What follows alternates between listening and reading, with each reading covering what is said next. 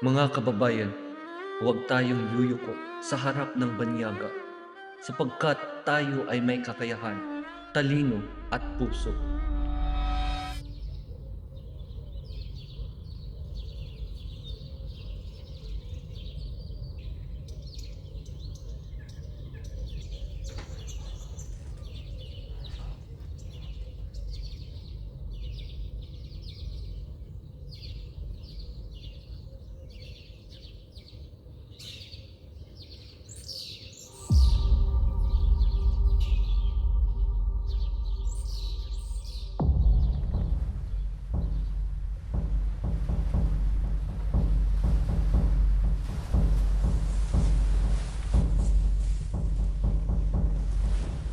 Kung alamat lang din ang pag-uusapan, ay dyan mayaman ang ilog Pasig.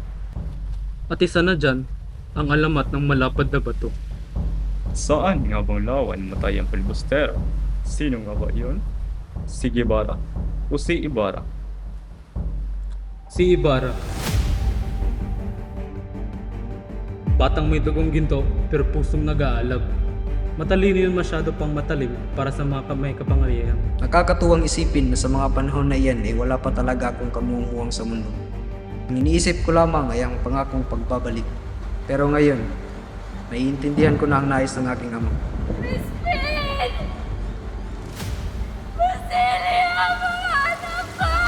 Kagaya ng kanyang nais, gusto ko na ring maglingkod sa ating lupang sinilangan, hindi lamang para sa ating sarili, hindi para sa mabuting buhay at kinabukasan nating lahat.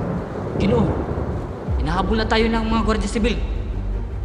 Si Ibarra raw ay tumakas gamit ang bangka, pero pinaulanan nila ng mga bala hanggang sa ang tubig sa ilog ay naging kulay pula. At dahil sa pangyayaring iyon, mabilis na kumalat ang balitang si Ibarra ay patay na. At yun na dapat ang wakas ng kwento. Inay! Inay! Makinig ka, iho. Sunugin mo ang mga bangkay namin ng iyong ina. Bukayin mo iyon ng mga ginto na ibinaon ko. Ariin mo iyon ng mga iyon at gamitin mo iyon sa iyong pag-aaral. Inay, sobra na akong nangungulila sa iyo kahit 13 taon na ang nakalipas. Ngunit nitong mga nagdaang araw, may mga bulong-bulungan mula sa mga mamayanan na may mga kababalaghan daw na nangyari sa lugar. Hindi na ba talaga kita mapipigilan, Apo? Tata, wala na po talaga akong maisip na ibang paraan. Sabi naman ng mga mamayan, may nakita raw silang kaluluwa mula sa ilog na tila manifestasyon ng galit at tinakbo na wari isang sumpa ng lupain. Ganda talaga ni Paulita, no? Klase no?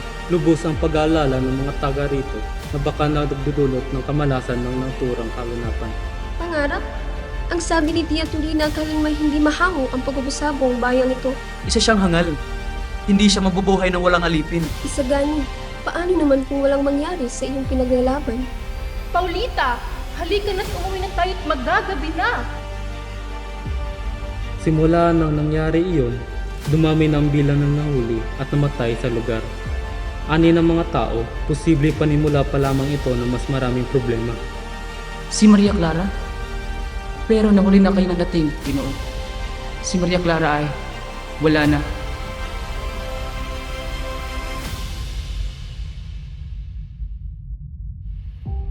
Ang kalayaan ay nagsisimula sa pagkilala sa ating sariling halaga. Kung sakaling ako'y mawala, ipagpatuloy ninyo ang laban, hindi sa pamamagitan ng puot, kundi ng pag-ibig sa bayan, sa kapwa at sa katotohanan. Iyan ang tunay na diwa ng kalayaan.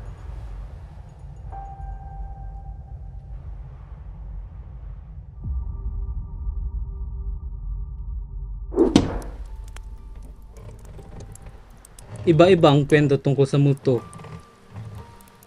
May mga nagsasabi na namatayan ito ng minamahal, habang may naniniwala namang naparito ito para magiganti sa mga nakasala dito.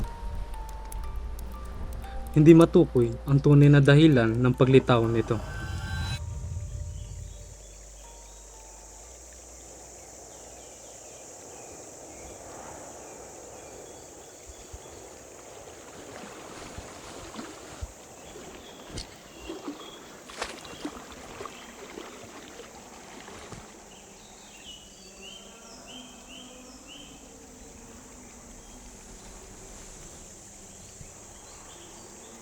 Mahal ko, kitagal kong inintay ang araw na to.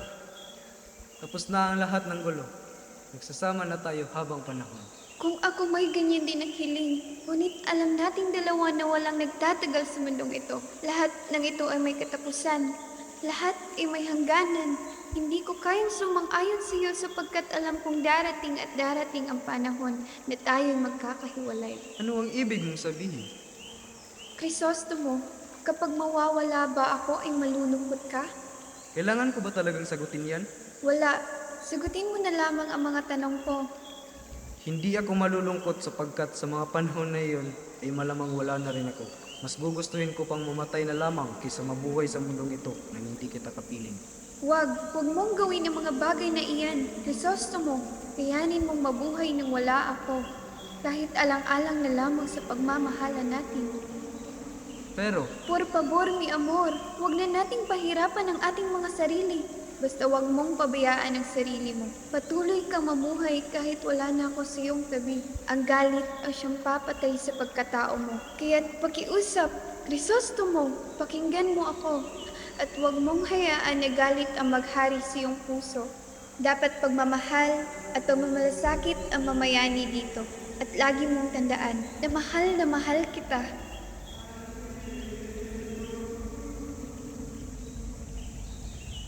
Hasta luego, Crisostomo.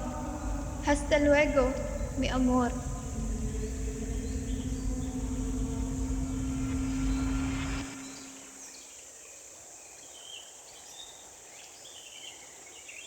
sandali! Maria!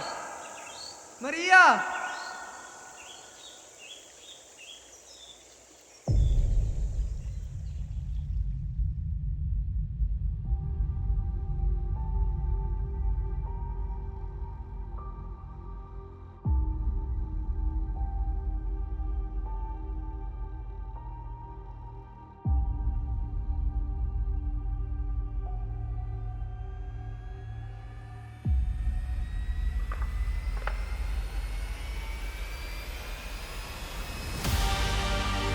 Ang kaganapan ay tinuturing na biyaya ng ilan at sumpa naman ng iba.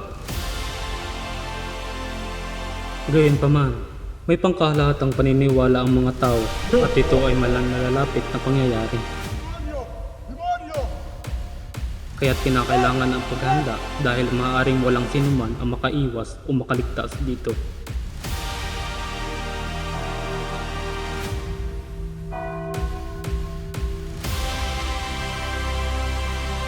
Kung sa matumbes.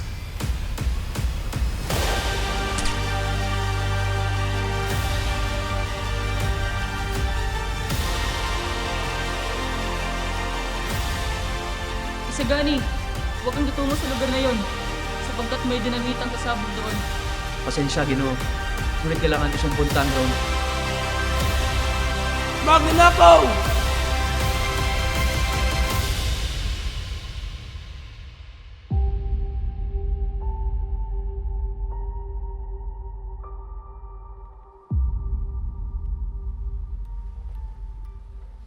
Isa lamang ito sa mga bantog na alamat ng ilog. Ngunit sino ang nakakaalam kung ang mga ito ay totoo o haka-haka lamang? Gayunpaman, may isang bagay akong matitiyak at iyon ay hindi ako naniniwala sa mga ganyang klase ng kwento. Ginoong Simon, abay naparito ka. Magandang araw, mga Don at Donya.